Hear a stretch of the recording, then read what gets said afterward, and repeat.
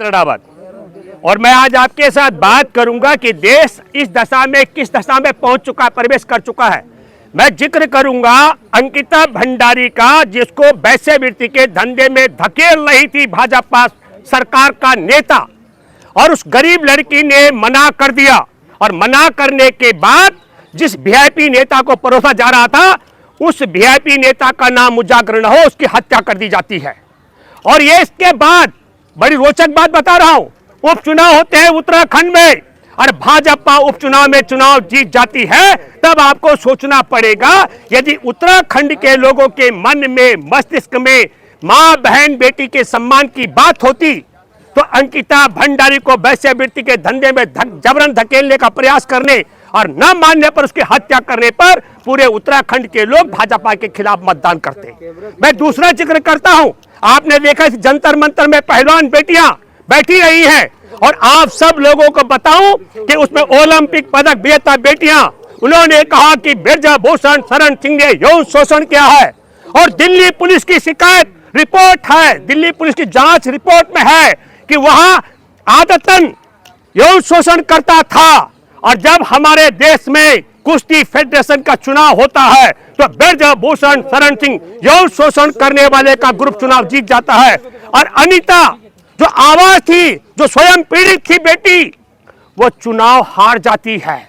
तो मैं आपके माध्यम से कहना चाहता हूं, एक भी जाट समुदाय का नेता ऐसा नहीं है जिसने भाजपा को ठोकर मार करके बाहर आ गया हो। हमारे देश के अंदर मणिपुर में आप सब ने देखा, आदिवासी लड़की को और महिला को नंगा करके परेड करके घुमाया गया। आप सब ने देखा मध्य प्रदेश में आदिवासी के सर पर पेशाब कर दी गई, पर तमाम आदिवासियों ने बढ़ चढ़ करके भाजपा के पक्ष में वोट दिया। ये सोचना पड़ेगा आपको और हमको सोचना पड़ेगा। यहां मैं एक जिक्र करता हूं, अभी नोटबंदी 2016 में होती है, और जो बैंक में कैशियर बैठा हुआ था, खबर से खबर को कैसे दबाते हो बताता हूं आपको। 2018 में जब राहुल गांधी ने कहा मैं कैलाश यात्रा पर जा रहा हूं, उसके बाद में 2016 के नोटबंदी का पैसा, कितना पैसा आया? 99.3% नोट 500 और 1000 के वापस आए थे। ये गणना कब बताई गई? जब राहुल गांधी को कैलाश यात्रा पर जाना था। खबर से खबर को दबाने का षड्यंत्र देखिए। यहां मध्य प्रदेश में कमलनाथ की सरकार गिराकर और 23 मार्च को शिवराज सिंह को सत्ता में बिठाकर 24 तारीख मार्च का जिक्र कर रहा हूं 2020 का, ताली बजा करके देश में लॉकडाउन कर दिया गया। आप सब लोगों ने देखा, देश के करोड़ों मजदूर पैदल चलते रहे, गाड़ियों से कुचल के मरे, रेल से कट के मरे, महिलाओं ने खुले आसमान के नीचे, पैरों के नीचे से तलों से खून निकला था, बच्चे जने। और जब नरेंद्र मोदी ने इस खबर को, इस पाप को दबाना था, तो 1 जून से अनलॉक 1 किया, और 5 जून को 3 काले कृषि कानून लेकर आ गया। हम सब, पूरा देश भूल गया कि इस नालायक, इस जाहिल, इस अनपढ़ ने मध्य प्रदेश में सरकार बेदखल करके अपनी सरकार बनाने के लिए देश में तालाबंदी की, न कि देश में कोरोना को रोकने के लिए। यह खबर से खबर को दबाने का षड्यंत्र है। मैं इसलिए बात कहना चाहता हूं, हमारे देश के अंदर नरेंद्र मोदी ने पहलवान बेटियों को अपनी बेटी बताया था, आज तक मुंह नहीं खोला। हमारे देश में जो मणिपुर में नग्न करके घुमाए गए कारगिल युद्ध के योद्धा, सूबेदार की पत्नी भी उसमें थी। हमारे देश के, मैं शर्म की बात है, हमारे देश के जवान और देश के सेना के अधिकारी आज भी उस भाजपा के साथ खड़े हैं जिसके राज में एक सूबेदार की पत्नी को नंगा करके घुमाया गया। नरेंद्र मोदी की सरकार को इस देश की बेटियों का अपमान करने से, इस देश की बेटियों का बलात्कार करने से, इस देश की बेटियों की हत्या करने से कोई नुकसान नहीं होता है। यह उदाहरण आपके सामने है, चाहे वह बिल्किस बानो के रिहाई के बाद गुजरात के चुनाव जीतने का मामला हो, चाहे वो आपने देखा होगा कठुआ में 7 साल की मासूम बच्ची, उसके अपहरण, हत्या, गैंगरेप करने वालों के पक्ष में तिरंगा रैली निकालने वाले नरेंद्र मोदी मौन रहे। अंकिता के मामले में मौन रहे। मैं एक और जिक्र करूंगा, निर्भया 2 का, किरण नेगी दिल्ली के अंदर 2012 में किस तरीके से उसके प्राइवेट पार्ट में बोतल थी, उसके शरीर पर 29 घाव थे, मरणासन छोड़ा गया था उस लड़की को। हर 2014 में जब मनमोहन की सरकार थी तब उसे सजाए मौत हुई थी उन अपराधियों को, और 2022 में बाइज्जत बरी हो गए। मैं इसलिए कहना चाहता हूं कि ना नरेंद्र मोदी मणिपुर के फौजाइन के पक्ष में बोलता है, ना आदिवासियों पर अत्याचार के खिलाफ बोलता है, ना उन्नाव की वह जो कुलदीप सेंगर की पीड़िता उसके पक्ष में बोलता है, न किरण नेगी के पक्ष में मुंह खोलता है, न बिल्किस बानो के, न वह जो मासूम 7 साल की थी, कल्पना कीजिए, उसके पक्ष में बोलता है। और हमारे देश के अंदर ये क्या है? मलिक साहब बैठे हैं, इसने किसानों का अपमान किया, जवानों का अपमान किया, इसने मजदूरों का अपमान किया। घटना देखिए आपके सामने है। हमारे देश में 2019 का जिक्र कर रहा हूं, पुलवामा में जवानों को जिंदा बचाने के लिए जहाजों की मांग कर दी गई थी, मोदी ने जहाज नहीं दिए।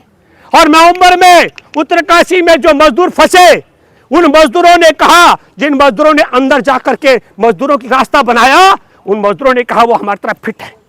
जब मजदूर बाहर आए, उन्होंने कहा बिल्कुल ठीक है। और तब क्या हुआ? वहां हॉस्पिटल बनाया गया था, डॉक्टरों ने भी कहा मजदूर ठीक है। पर नरेंद्र मोदी की सरकार ने कहा नहीं, हम तुम्हारा इलाज करेंगे। उनको जहाज पर एम्स और ऋषिकेश ले जाया गया। तो क्योंकि नरेंद्र मोदी जानता था गरीब मजदूरों को जहाज पे बिठाएंगे, गरीबों का वोट मिलेगा। नरेंद्र मोदी ये भी जानते थे, खुफिया एजेंसी की रिपोर्ट थी, जवानों की हत्या कर दी जाएगी। मोदी सरकार जानती थी जवानों की लाशें होंगी, हमारी सत्ता की वापसी होगी। मैं ये बात इसलिए कहना चाहता हूं, नरेंद्र मोदी को कोई फर्क नहीं पड़ता संघ सरकार को कि जवानों की लाशों से वोट मांगनी हो या बेटियों की अस्पताल का मामला उठाना हो। मैं एक बात और आपको माध्यम से कहना चाहता हूं, बहुत दुख की बात है, हमारे देश की पहलवान बेटियों का यौन शोषण हुआ, उन्हें सड़कों पर आके बोलना पड़ा। ये कोई झूठी बात भी नहीं है। मैं आपके माध्यम से दावे से कह सकता हूं, जो हमारी दादी माँ बन गई होंगी, उनका कभी यौन शोषण हुआ होगा, उनकी हिम्मत नहीं पड़ती ये बोलने की। उन जवान बेटियों ने कहा हमारा यौन शोषण हुआ। मैं ये बात इसलिए कहना चाहता हूं, इसको हमको आपको सोचना पड़ेगा। नरेंद्र मोदी ने आज तक एक शब्द नहीं बोला बेटियों के पक्ष में। और तब मैंने मलिक साहब को फोन किया था, क्या था मैं आपको बताता हूं। हमारे देश के अंदर यह शो लगा बेंगलोर में, और उसमें बैठे थे तब थल सेना अध्यक्ष बिपिन रावत।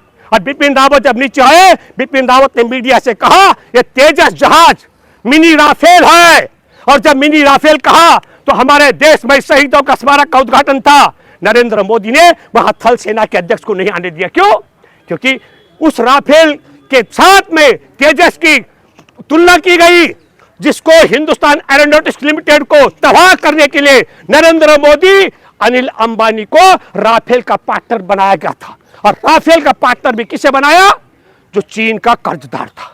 मैं ये बात आपके माध्यम से कहना चाहता हूं, हमारे देश में 2000 वर्ग किलोमीटर पर चीन ने कब्जा कर दिया, सीमाएं सुरक्षित नहीं है। बेटियों का मामला, पहलवान बेटियों से लेकर के, और चाहे उन्नाव की बेटी हो, बिल्किस बानो से लेकर 7 साल की बच्ची हो, और चाहे मैं जिक्र करूं आपके सामने अंकिता भंडारी, तमाम का, बेटियां भी सुरक्षित नहीं है। हमारे देश में रोजी रोटी का सवाल, 35% युवा बेरोजगार है, रोजगार नहीं मिल पा रहा है। किसानों की दशा भी आपने देखा, नरेंद्र मोदी के राज में 750 किसानों की हत्या इसलिए करवा दी ताकि कोरोना में ताली बजाकर, ताला लगाकर देश के 10 करोड़ लोगों की रोजी रोटी छीनने के पाप से बचने के लिए एक पाप मोदी ने और किया। ये खबर से खबर को दबाने का काम करते। इसलिए मैं दावे के साथ में कह सकता हूं, चाहे वह यौन शोषण का मामला हो, और ये देखिए राम रहीम एक है, उसे सफाई का ब्रांड एम्बेसडर बना दिया गया, जिस पर हत्या, बलात्कार और नपुंसक बनाने का मुकदमा चल रहा था। हमारे देश के अंदर 2002 में नरेंद्र मोदी का एक वीडियो आज भी वायरल है, और बापू नहीं होते मैं गुमनाम मर जाता, किसके लिए? उस आसाराम को जो पेशेवर बलात्कारी है। तब हमको सोचना पड़ेगा, हमारे देश के अंदर देश का सबसे बड़ा जो अपने को राजा मानते हैं, और कैसे राजा, जहां तक नरेंद्र मोदी की छाया पड़ती है, तेजस पर जब बैठे, इससे पहले सुखोई में हमारे देश के अब्दुल कलाम थे राष्ट्रपति, उन्होंने सुखोई पर यात्रा की। हमारे दोस्त हैं अमित प्रकाश, जनसत्ता के पत्रकार रहे, एडिटर रहे, उनके साले का बेटा पायलट था, उनका फोटो राष्ट्रपति के साथ है। पर तेजस में बैठे मोदी, बताइए कितना बड़ा अपमान है। हमारे वायुसेना के पायलट का फोटो नहीं आने दिया गया। सबको लगा देश को इस जाहिल आदमी ने शायद तेजस चलाया है।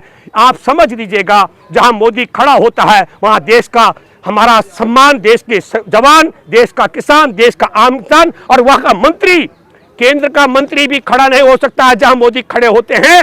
एक हमारे देश में इतना महामानव है और दूसरी तरफ एक और व्यक्ति है जो जाता है, मजदूर के गले लग रहा है, सिपाही के गले लग रहा है, किसानों के गले लग रहा है, दलितों के गले लग रहा है, कुलियों के गले लग रहा है। लोग उससे नफरत कर रहे हैं। तब मैं ये कहना चाहता हूं, देश चाहता है कि देश में ऐसा नालायक का शासन रहना चाहिए जिसकी छाया भी हमारा देश का नागरिक छू न सके, और हमारे देश में ऐसा व्यक्ति आगे नहीं बढ़ना चाहिए जो सबको गला लगाने का काम करता हो। ये देशवासियों ने ऐसी दशा में पहुंचा दिया है। इसलिए मैं कहना चाहता हूं, काश अगर जाटों में रत्ती भर भी मानवता है तो पहलवान बेटियों के अपमान को लेकर के एक लात मार देनी चाहिए भाजपा को। आदिवासियों के मन में यदि प्यार और प्रेम है तो उन्हें लात मार के बाहर आना चाहिए। और इसी तरीके से उत्तराखंड का तमाम लोगों के मैं जिक्र कर रहा हूं। जी, कुछ सवाल है तो कर सकते हैं आप लोग।